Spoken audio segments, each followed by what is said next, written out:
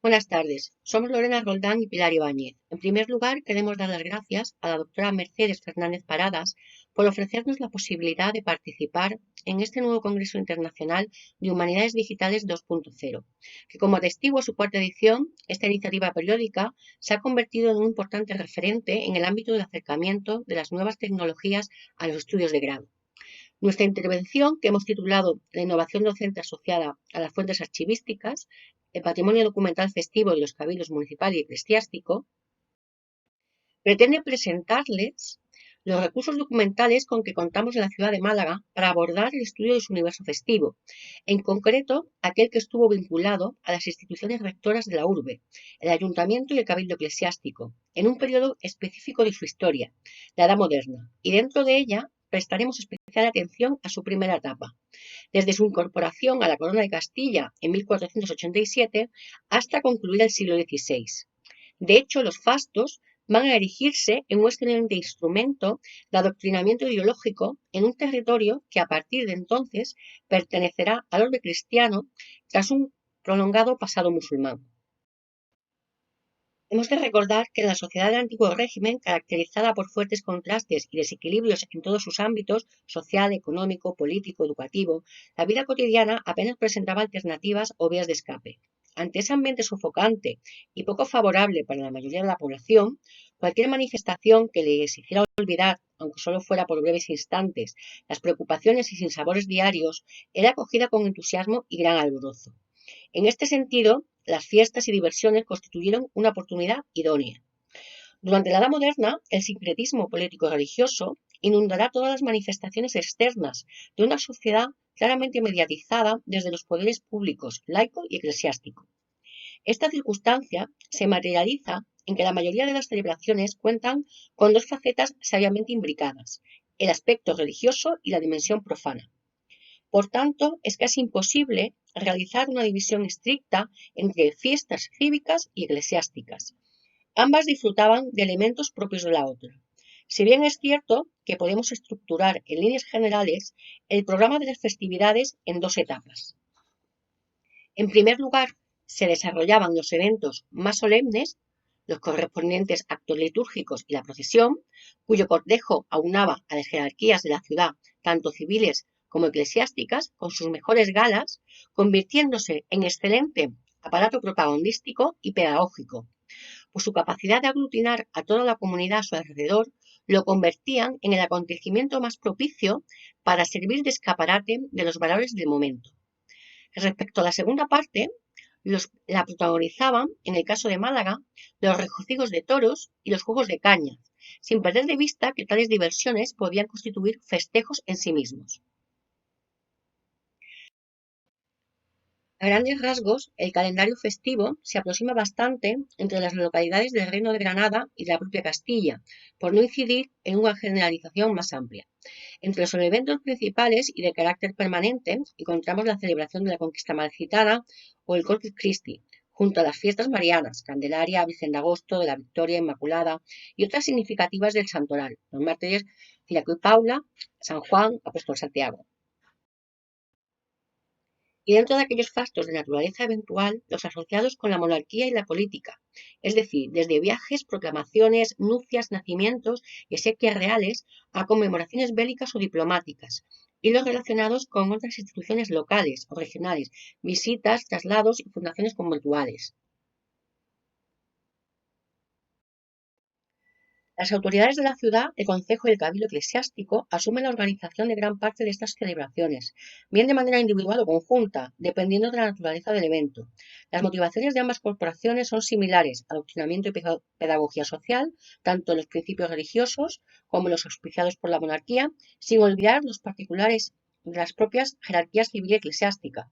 Igualmente era esencial el prestigio que suponía para la élite local organizar una sonada jornada lúdica, cuya magnificencia quedara grabada en la memoria de sus vecinos.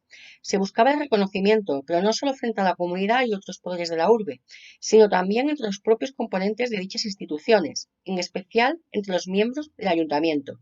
De hecho, la competencia entre las familias más ilustres era una manera de dirimir rivalidades honoríficas y ansias de prestigio. Las relaciones entre ambos organismos serán a menudo difíciles y crispadas. Casi sin excepción, los conflictos se circunscriben a cuestiones económicas y de preeminencia. El honor era un bien que la mentalidad de 500 defendía y exaltaba como seña de identidad.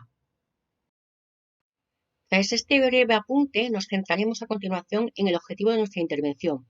¿Cuáles son las fuentes documentales de que disponemos en nuestra ciudad para investigar estas fiestas? Antes de empezar a esbozarlas, debemos subrayar que ni cualitativa ni cuantitativamente pueden compararse a las de otras capitales andaluzas, caso de Granada, Sevilla o Córdoba, cuya riqueza permite un mayor conocimiento de sus celebraciones. Asimismo, hemos de tener presente que la pompa y solemnidad desarrolladas en nuestra urbe no logró las cotas de brillantez de las citadas poblaciones, por no remitirnos a la propia corte o a otras ciudades castellanas y aragonesas. La primera documentación a considerar, dado que nos ocupamos de las festividades organizadas desde los cabildos municipal y eclesiástico, es la emanada de ambos órganos de gobierno, custodiada en la actualidad en el archivo municipal y en el archivo catedralicio respectivamente. El primero sito en la Alameda principal y el segundo en la torre de la Catedral de Málaga, disponiendo ambos de sus correspondientes webs.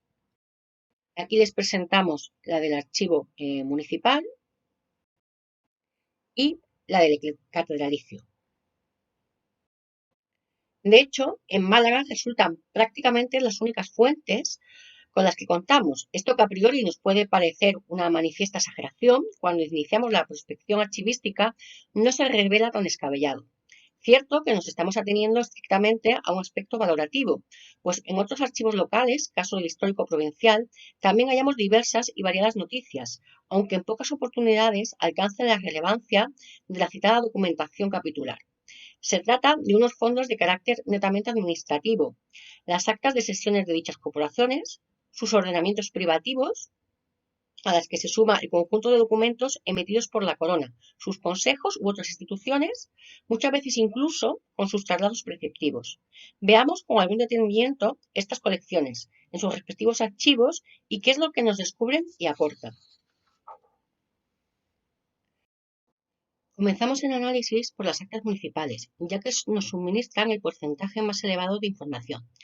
La implicación del consistorio en la dirección, muy a menudo compartida, consensuada o a lo sumo consultada con el cabildo catedralicio, además de su participación directa en diferentes eventos, le obliga a tomar una serie de acuerdos que nos desvelan muchos de sus elementos y facetas.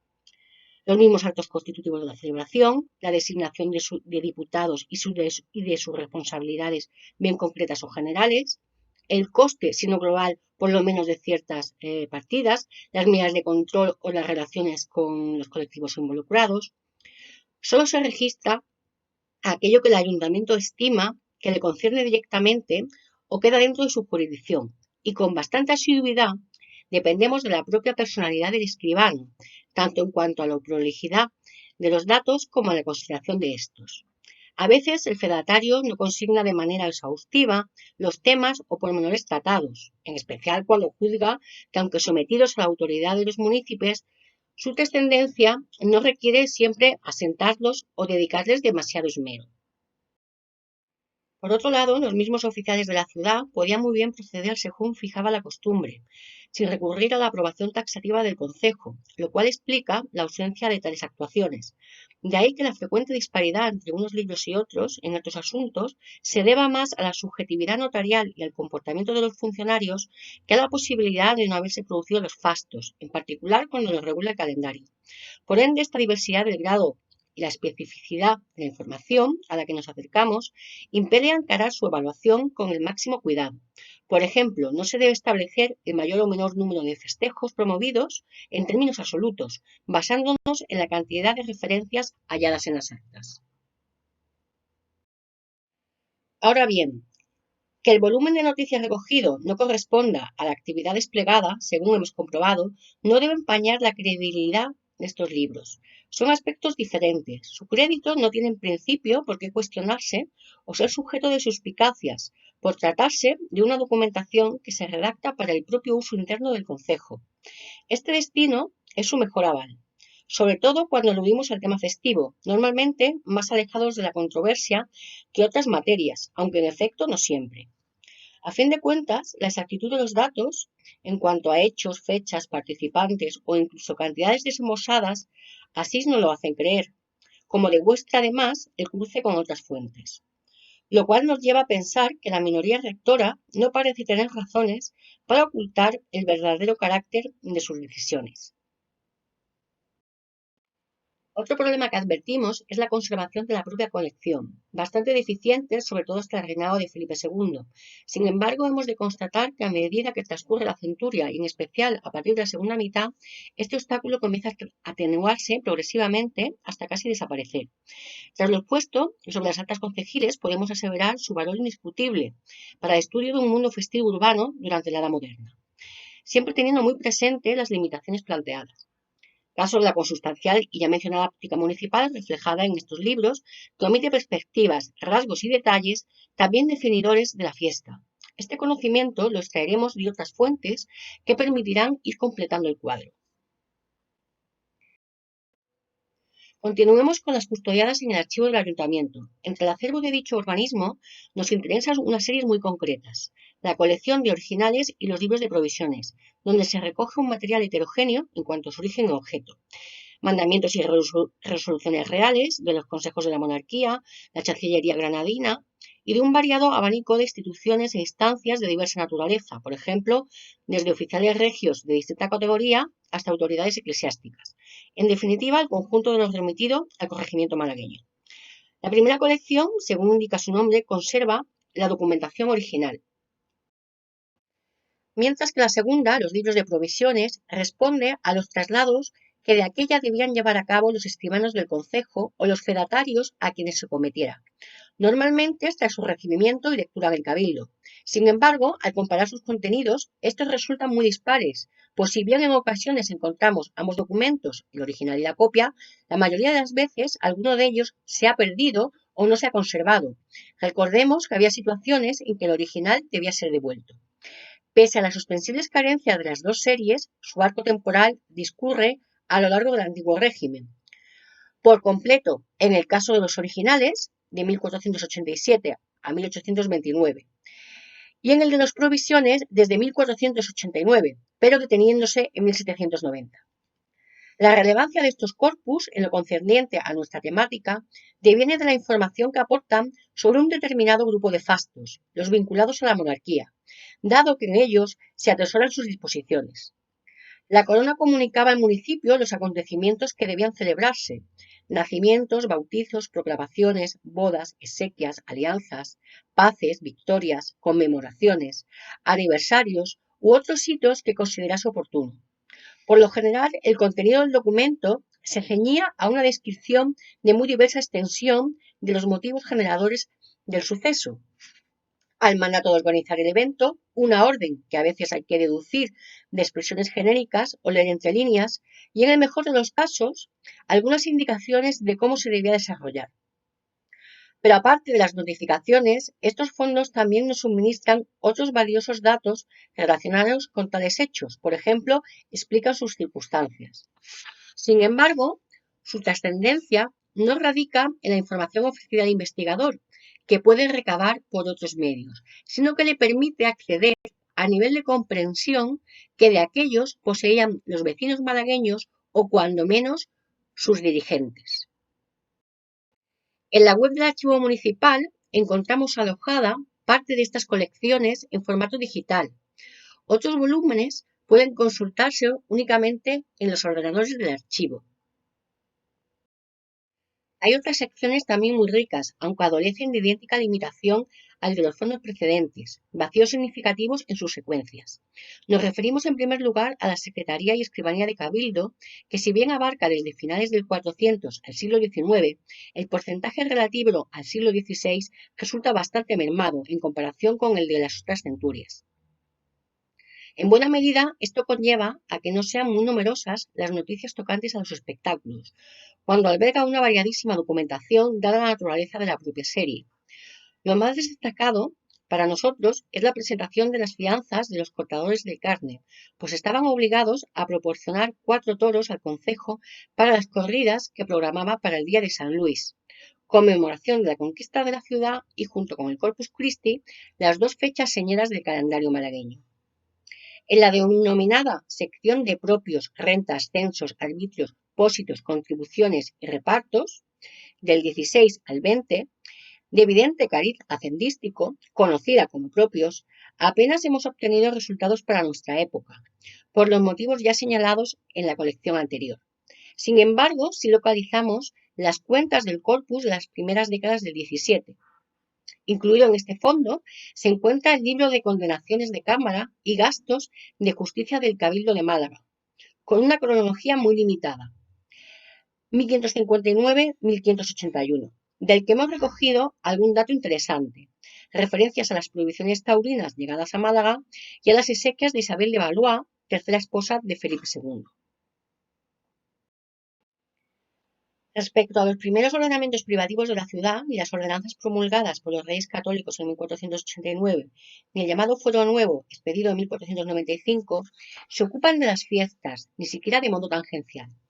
Este vacío es bastante más amplio y atañía a múltiples asuntos de la administración municipal y de la vida local, y fue atenuándose conforme avanzaba la acción preceptista del consistorio.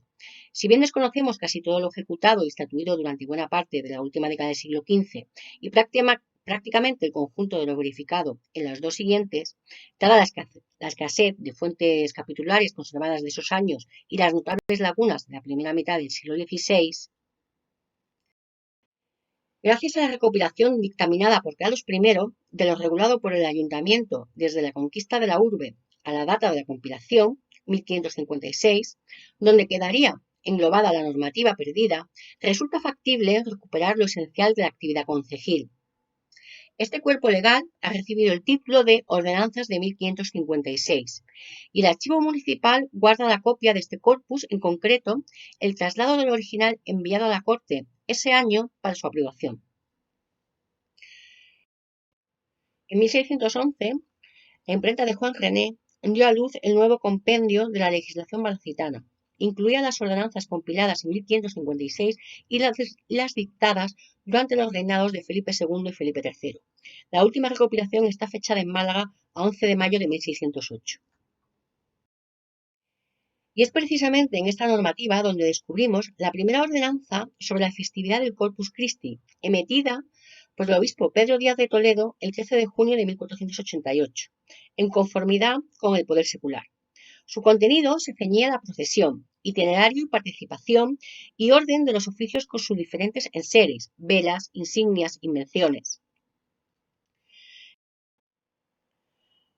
Cerramos la descripción de los fondos municipales con una joya: el gobierno político, legal y ceremonial para la mejor y más acertada dirección de las actas capitulares de esta nobilísima y siempre leal ciudad de Málaga, conforme a sus antiguas y loables costumbres, ordenanzas y privilegios, y a lo dispuesto por derecho y leyes de estos reinos.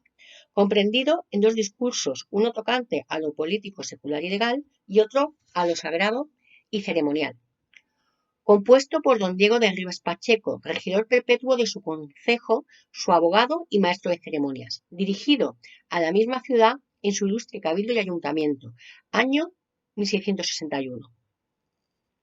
Bien es cierto que este manuscrito no se encuentra entre los fondos del archivo municipal, sino en los de la Fundación Lázaro Galdiano, pero lo hemos querido traer aquí por la gran aportación que ha supuesto para las fuentes de la historia malagueña de la Edad Moderna, y muy concretamente en el ámbito que nos atañe.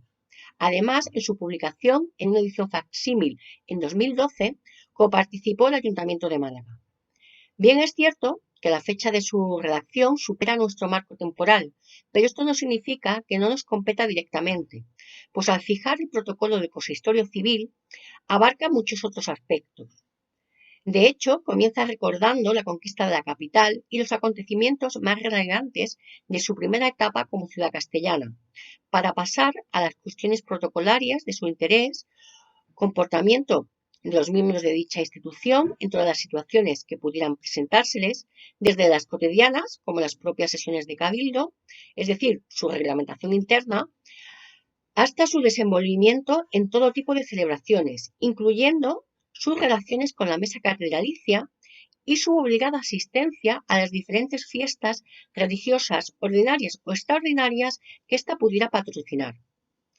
Hace un recorrido exhaustivo por la casuística festiva, dedicando un capítulo o cuando menos un apartado a cada una de ellas, La información, por tanto, es abundantísima y de gran calidad, y totalmente válida para el 500. El archivo de la Catedral de Málaga también conserva unos riquísimos y variadísimos fondos, sobresaliendo para nuestra materia las actas capitulares, los estatutos catedralicios, las constituciones sinodales. Las actas del Cabildo Eclesiástico, aunque muy valiosas por mantener la secuencia cronológica prácticamente completa desde 1496 y por la calidad de su contenido, resultan en demasiadas ocasiones parcas y excesivamente sintéticas respecto al tema festivo. Por su parte, los estatutos catedralicios de 1492, aprobados por el obispo Pedro Díaz de Toledo, y los del prelado Bernardo Manrique de Lara, promulgados en 1546, sí ofrecen interesante información: la nómina de procesiones y su coste, la relación de las fiestas de guardar, la regulación de maitines y sermones, y sobre todo el capítulo específico dedicado a la celebración del Día de San Luis, conmemoración de la toma malagueña. Prácticamente no hay diferencias en estas cuestiones en ambas regulaciones.